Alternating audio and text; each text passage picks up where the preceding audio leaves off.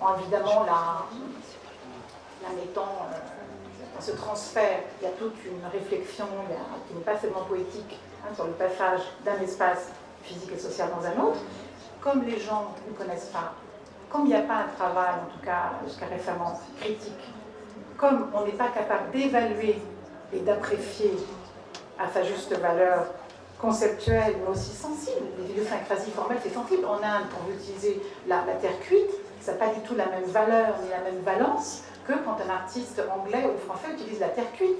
Les références sont autres, la matérialité, le rapport à la matérialité est autre, etc.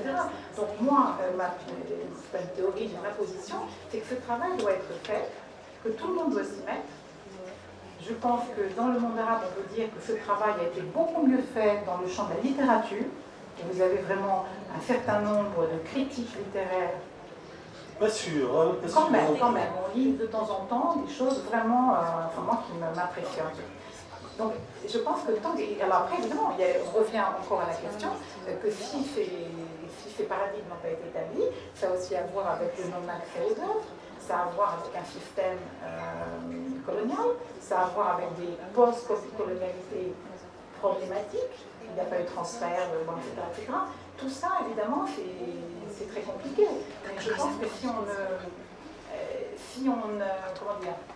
si l'histoire n'est pas écrite, si les paradigmes ne sont pas articulés, qu'est-ce qui va se passer? Là, ça va être le quart d'heure un peu dramatique, mesdames et messieurs.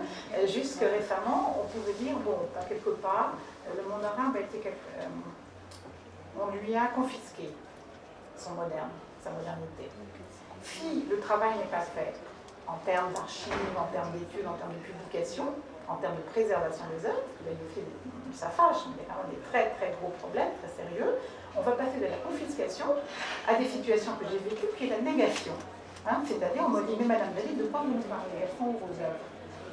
Voilà. Donc je pense que c'est absolument, quelque part, ça s'articule, me semble-t-il, avec ce que Sylvie a dit, ça s'articule parfaitement, parce qu'évidemment, il y a des raisons politiques à tout ça. Alors Ziaoudi voulait intervenir, mais allez-y. Je voudrais revenir sur cette histoire des négations, qui est une question très très importante. Moi, quand j'étais étudiant à Bagdad, étudiant aux Beaux-Arts de Bagdad, nos professeurs nous enseignaient le modèle classique à la Ingres, à Delacroix, etc. Mais en même temps, pour eux, c'est-à-dire tout ce qui était à nos portes, dans la rue, dans nos maisons, à la mosquée, n'existait pas pour eux. C'est-à-dire, il y a une négation de soi-même. Un autre exemple de la négation, tout le monde connaît l'importance de la poésie dans le monde arabe. Et à partir du moment, il y a beaucoup d'écrivains, à peu près 70% des écrivains arabes connaissent mieux Albert Camus, Sartre, que Abul Ala al-Ma'arri ou n'importe quel autre poète, philosophe arabe. Donc la négation, elle est déjà là. Elle est depuis le XVIe siècle, depuis le XIVe siècle, elle est déjà là. Et qu'est-ce qu'on sort? Je veux dire, quand on parle de présenter des œuvres arabes ou islamiques ou peu importe, comment on peut construire des œuvres qui produisent des sens quand on n'a pas de sens soi-même? Je pose cette question-là. Pour Ziaoudine, alors. I think I take issue with the fact that history is fact. 90% of history is interpretation. Je ne suis pas d'accord que l'histoire se compose que de faits. En fait, 90% de l'histoire, c'est une question d'interprétation. It's the way it is written. For example, c'est la façon dont c'est écrit, par exemple. Why is that? You mentioned Ottoman art, which is phenomenal artistic culture.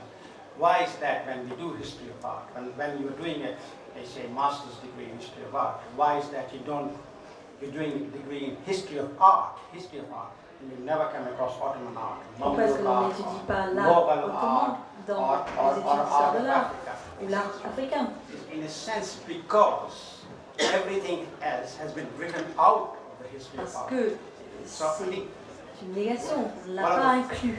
the first thing we need to do is to actually recover that history, Il to tell faut the donc whole aller story of art instead of simply the Rajouter Western ces story of art. différents arts dans l'histoire de l'art. Ce n'est pas qu'une histoire de l'art en Occident. The other point about criticism, I think, is very, Et very sur that les critiques, je crois que c'est très important. we cannot blame everything on the West. On ne peut pas Part of the problem is dire that que there is l'Occident no est la cause de culture tous les of maux. criticism within Arab society. And there is at least some culture of literary criticism, because Il y a literary une criticism, of culture course, de has a deep roots critique in Arabic littéraire language dans le monde going arabe, back pre-Islamic times. Right. parce que le langage But of date course, there is no de l'ère culture of pré-islamique, art mais il n'y a criticism pas at all, de because critique art is d'art. not recognized as art. On n'a pas reconnu l'art We comme only étant came to recognize art as l'art. art in the 18th century. Cela n'existe pour nous que depuis le XVIIIe siècle. So there's no that culture isn't there. And Pour that eux, culture ils n'ont pas has to cette culture. be- we have to invent that Il culture. faut donc l'inventer. Yeah, and that means we really do have to kind of rethink ourselves. Donc il Instead faut of vraiment relying on the West, repenser buying une autre their façon de penser. textbooks, Il ne teaching faut the pas rubbish they teach. Why don't we develop se a reposer curriculum sur that we need to l'Occident pour prendre toutes ces develop the décisions. kind of criticism that we want? Il faut une autre critique. Merci. Je vais enlever ma casquette d'animateur pour nuancer sur un point. C'est que l'histoire de l'art islamique a connu un bond énorme les 30 ou 40 dernières années, parce que aujourd'hui, on a eu des chercheurs qui ont beaucoup apporté comme connaissance, par exemple, sur les différents courants artistiques, les ateliers en Iran, dans l'Empire ottoman, etc. Et ça vient des 30 dernières années. Maintenant, on sait très bien qu'il y avait des ateliers qui fonctionnaient à l'européenne au XVIe siècle, au XVe siècle. Et on connaît les noms, etc. Il y a un certain nombre d'ouvrages sur ce sujet qui sont très, très parlants. Bon, je ferme la parenthèse, je reprends ma casquette. Vous vouliez intervenir. Non, mais j'ai intervenu, mais sur le soir de critique et le soir, il y a une donnée, si vous voulez, l'histoire de l'art en Europe a commencé avec Vasari. Bon, qui est Vasari? Et je suis totalement d'accord avec Ziauddin, qui dit effectivement c'est une histoire de pouvoir. Ça c'est une chose. Mais l'autre chose c'est aussi une société qui n'a plus rien que je veux dire, le monde arabe musulman à partir de pratiquement, par exemple, les gens qui utilisent les GPS, et vous leur dites, c'est de mathématiciens et de géographes musulmans qui ont fondé la logique des GPS, ils vous rignounent. Ou bien, tout à l'heure, on a parlé à propos de la calligraphie. L'autre jour, je parlais avec un Égyptien. Et je lui ai dit, pour moi, la découverte de la calligraphie, je parle pas la découverte, pas la technique au sens savoir écrire ou de faire de belles écritures, mais la découverte majeure qui est la codification de la calligraphie, c'est une découverte majeure du monde arabo-musulman qui s'est produite tout de même au 8e siècle. Cette découverte de codification, elle est légale puisque nous avons l'informatique qui est maintenant, qui a exactement le même sens, c'est-à-dire qui est basée sur la codification. Mais si vous dites à un arabe, à un musulman, les arabes et les musulmans ont fait quelque chose de très grand, ils ont découvert quelque chose d'important, intéressez-vous-y. Il vous rine au nez, parce qu'il n'est pas capable ni d'apprécier, ni de comprendre de quoi vous parlez. Donc là, on est devant de vraies questions d'identification de choses dans leur valeur, disons, intrinsèque, et puis après leur valeur historique rajoutée, et puis leur chronologie également. Écoutez, moi je ne voudrais pas qu'on termine la séance